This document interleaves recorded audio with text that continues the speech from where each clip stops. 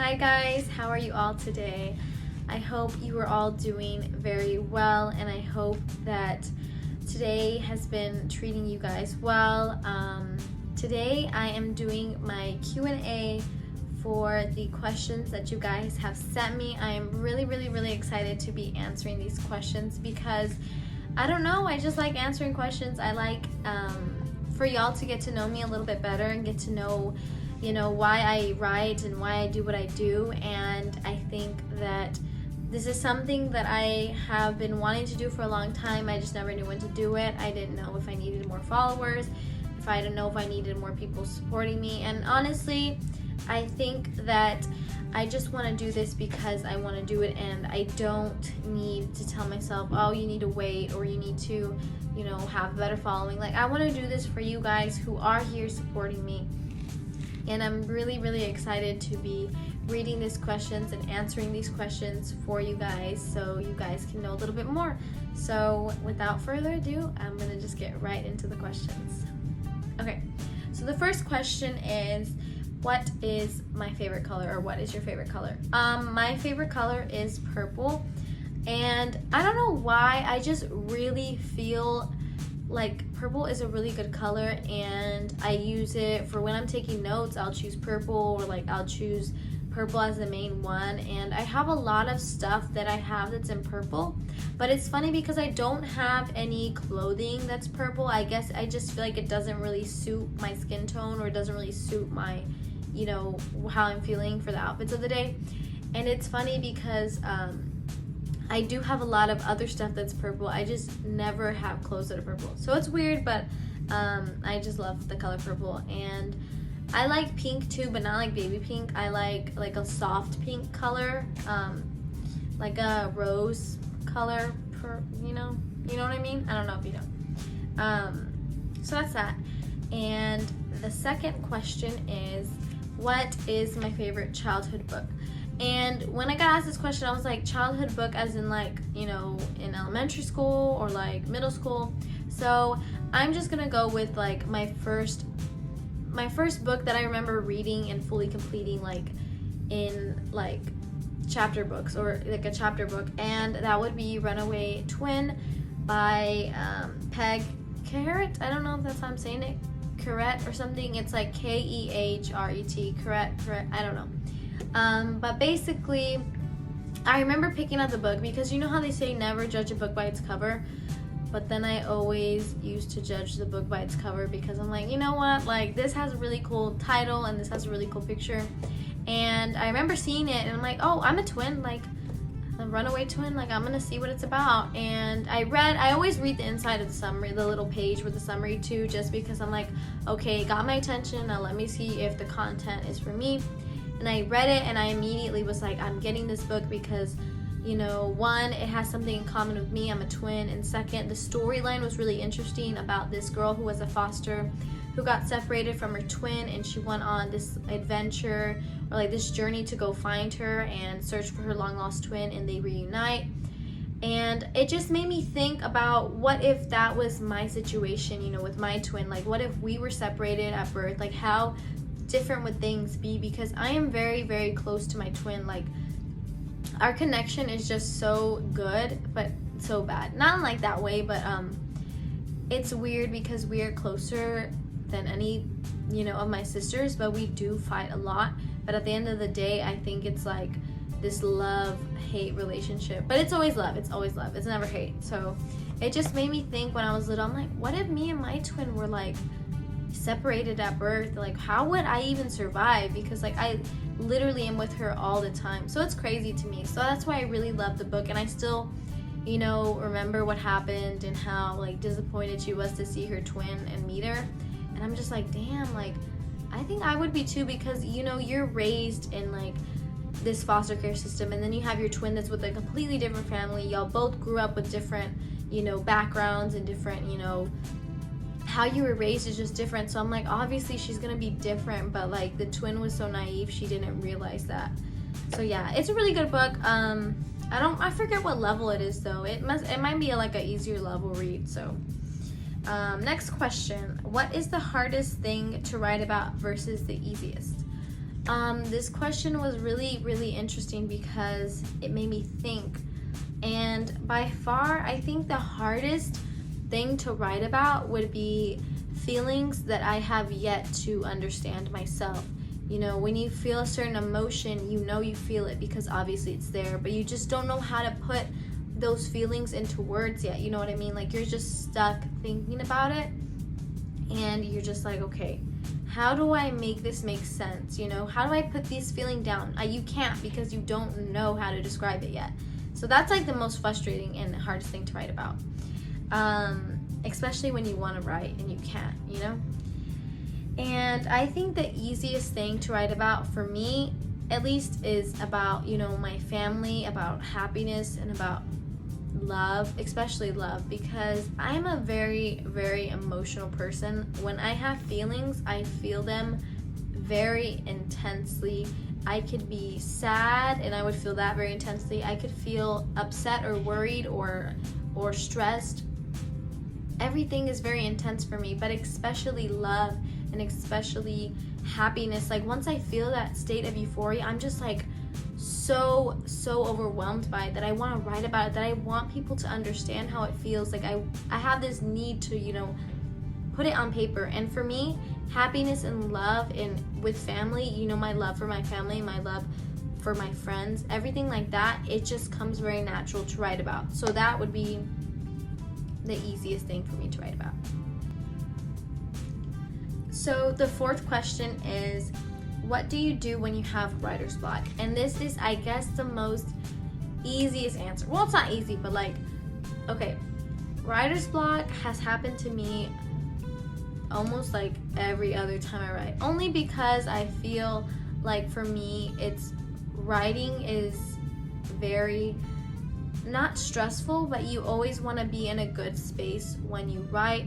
So if you're forcing your mind to write in a time where you're not in the right mindset, the words will not come. Or at least for me, the words will not come.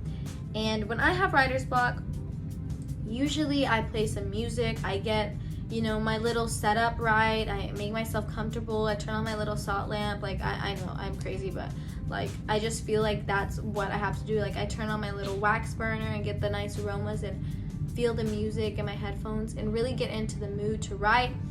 And if that doesn't help, I just step away. I don't write at all that day. If I'm gonna step away and come back the next day, it has to be from morning to night, because it needs to be a big chunk of time where I'm not focused. My mind is not focused on writing, because if I try to force myself to write, I know I'm not gonna like it, or I know that it's not gonna be 100% my best work.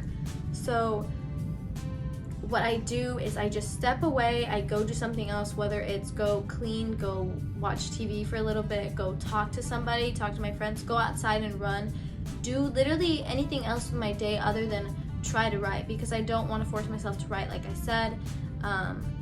And especially with writer's block, you need to change your mind, like change the way it's working. So if you're trying to write and you can't, and then you're gonna go and, you know, work on homework, I don't think that will be good, because you're still kind of focusing your brain on, like, I don't know, just like kind of thinking in that direction. So yeah, just step away. I just always step away when I have writer's block. I just put the pen down or put my phone down, and I just go somewhere else and do something else for a good minute until I'm ready. And I'm like, until it comes to me, you know what I mean? Like, it has to come back to me, and that's how I know I'm ready to write, where I have a good idea and I'm just like, okay, let's go back to writing. But yeah, next question. What made you start your account on Instagram? I really, really like this question, and it's really, really, like, I don't know, because I always used to write, like when I was like in middle school and like in high school. I don't even know when I started the account. I think a couple years back. So I was still in high school when I didn't have the account. And I always used to write in my journals, and I would never do anything with it. I never had that idea to go post my stuff on social media for everybody to see. I never had that urge. I never had that, that motivation to do that. I just kept it for myself, and when my grandma passed away, I want to say, it was been a couple years back, but I want to say it was junior year, at the beginning of junior year, somewhere over there, when she passed away. I had all this emotion that I was feeling, and a lot of it was just kind of shock, especially when someone passes away that you don't expect to. Granted, life is very fragile and we could all go, in any second, but for me, it shocked me and it didn't feel real. But I knew in my heart, I guess because I'm a writer at heart, that I wanted to write her eulogy. So I wrote her eulogy, and I had a lot of emotion behind it, like a lot of things that I wanted to say, and I just was typing, I was going at it, I was literally like just going at it, and it didn't feel as if she was gone. It just felt like it didn't feel as if I was writing about her in the past tense. It felt like I was writing about her, like just a story kind of, so I was really into it, and I read it, and it was really hard for me to read, because I think right then when I read it, I realized that this is not about, this isn't a story about her. This is you telling her story as in the past, like she's not here anymore with us, and that really affected me. But after that, a lot of people came up to me and told me like how good that the eulogy was, and that they really were touched by it, and that they really felt some type of way about it, and that they were affected in a positive way, as if like I honored her. And after that, I kept thinking to myself, that feeling of me impacting somebody with my writing, it made me feel very full, it made me feel happy. So I was like, a couple days went by, I think weeks went by, and I was just kind of thinking about, what if I did make an account, and what if I did just try to have this account and have a following and just impact people? Because I didn't care if I had 10 followers, I didn't care if I had 100. I literally just wanted to impact people, and I wanted to let people know that they're not alone. Like whatever they're feeling, you're not alone. Everybody has their moments and has their times where they feel the most lowest, and times where they feel the most greatest, and they can't share it with anybody. And so for me, I wanted to create that space for them to have somebody to relate to, or impact somebody's day in a positive way. Like that's what I wanted to do, and I just did it, and now here we are. And I really think that if I hadn't wrote that eulogy, that I probably wouldn't have this account. So yeah, that was a really long story, but it's my favorite question, because it makes me think like, this is why it all started. And of course it was something very tragic to have started it, but I think there's beauty in tragedy as well. So yeah. So another one, do you do any research before writing?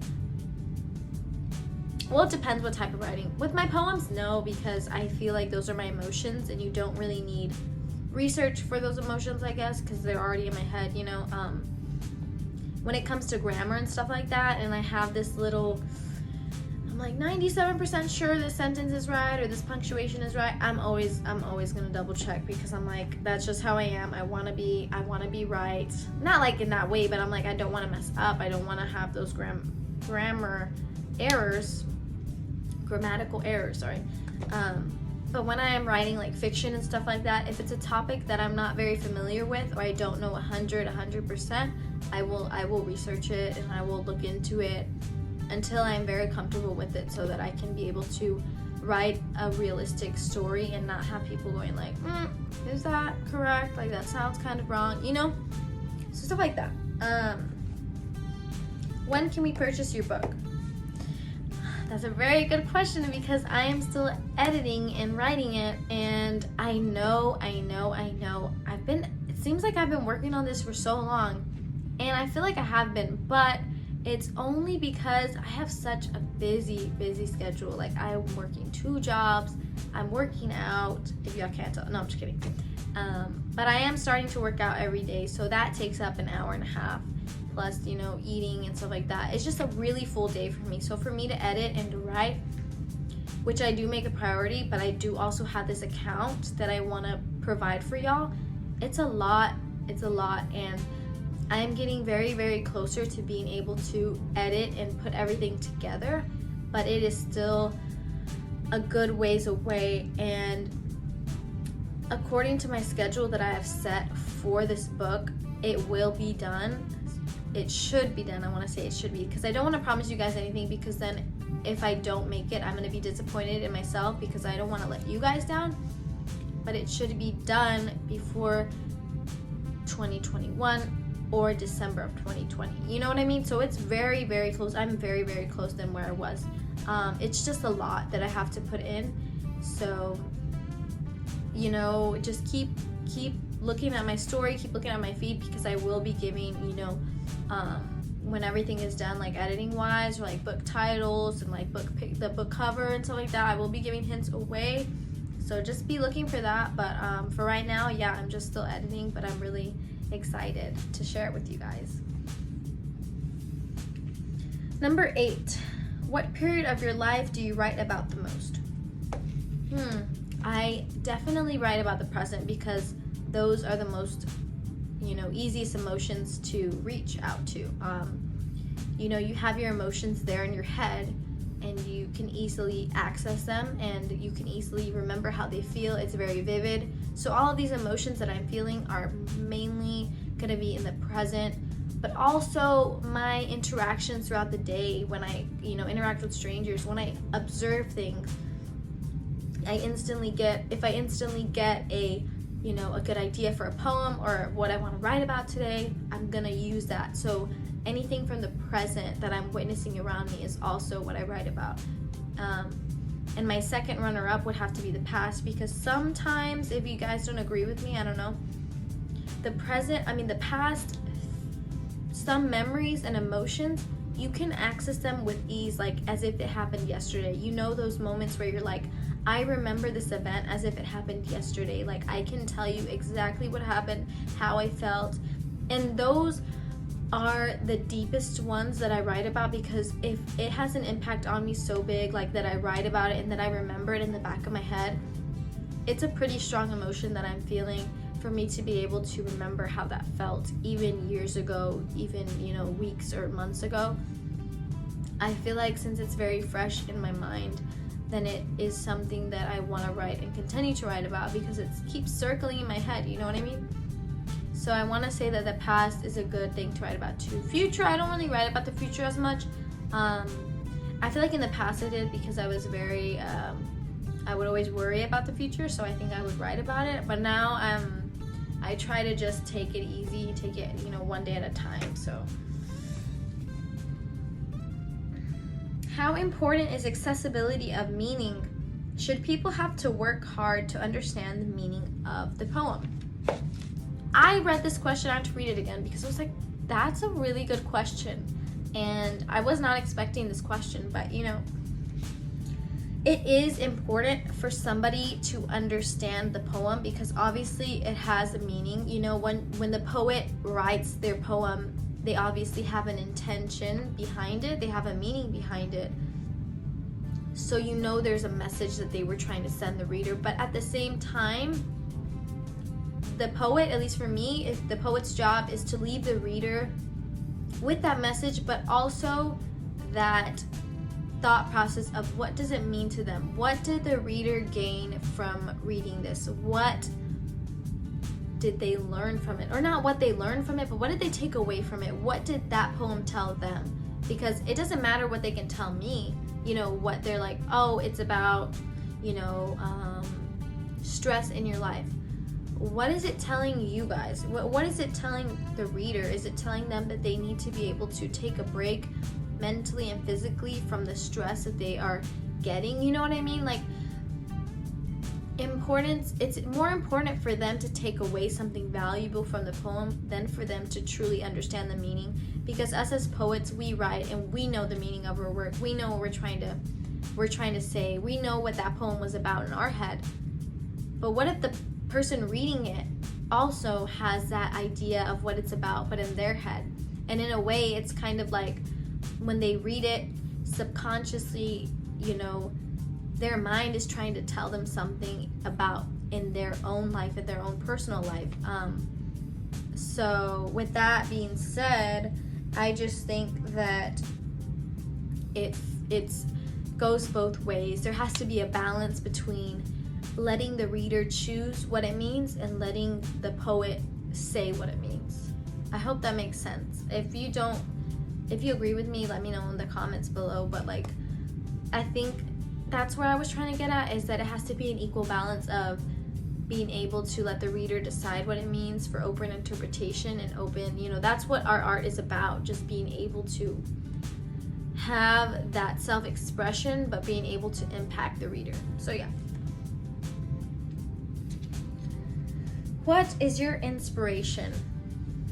I really like that question because I think everything is my inspiration. Well, I don't want to say everything, but a good part of my life is my inspiration. My friends, my family, my job, my experiences with life, my emotions, anything, nature. When I go outside and I look at the sky, I don't know. I feel like for me, inspiration is just the impacts that things have on me. So that could literally be anything, but I think a lot of the time it's going to be my family and it's going to be my friends and anybody who I love dearly. I feel like it's so easy for me to write when I have that, that support, and also those moments with them that I can write about. What also inspires me are my times where I feel the most lonely or the most sad or the most frustrated, because that is where the real raw emotions lie, and you can just pour out your soul onto the notebook. Like you can just like you know what I mean? So it's the best of both worlds, because it's like the good and the bad, they come together and they inspire me heavily. So yeah, that's for that one. I keep saying so yeah at the end of it, and I'm just like, can I not? But anyways, this is the last question, and I think it's a good question to end off on. What is the hardest part of the artistic process of writing a poem? And I really, really want all of you poets out there to please comment and tell me if you agree with this, or tell me if you have a different opinion on what is the hardest part for you.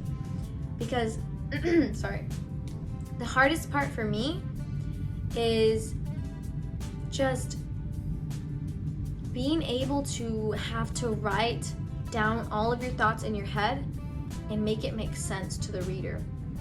Because you can write down all of the thoughts in your head and they don't have to make sense to you because you already know them. You know what I mean? You already know what it's trying to say. You already know what your thoughts are saying to you. But for you to have all of this on your paper and mix it around in order for it to make sense to a reader, for order for them to understand that is hard.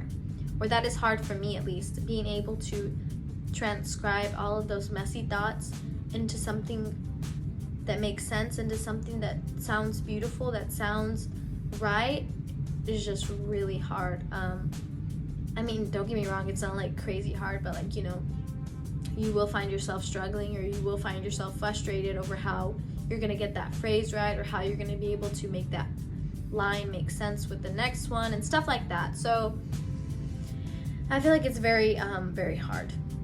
At times, I would say. So that is all the questions that you guys sent me. If you liked this and you want to see more Q&As, I'm really, really, really down to do that, because I loved doing this Q&A. I didn't think it would take this long to get through all of the questions, but I just really wanted to give you in-depth answers, because I'm going to post it to my channel on my Instagram Live, and I want anybody who clicks on it to be able to understand and get to know me a little bit better. But yeah, I guess that's going to be it, and I hope you guys have an awesome week. I hope that you liked this Q&A and that you got to know me a little bit more better. But yeah, I'll see you guys maybe in the next one. So bye, take care.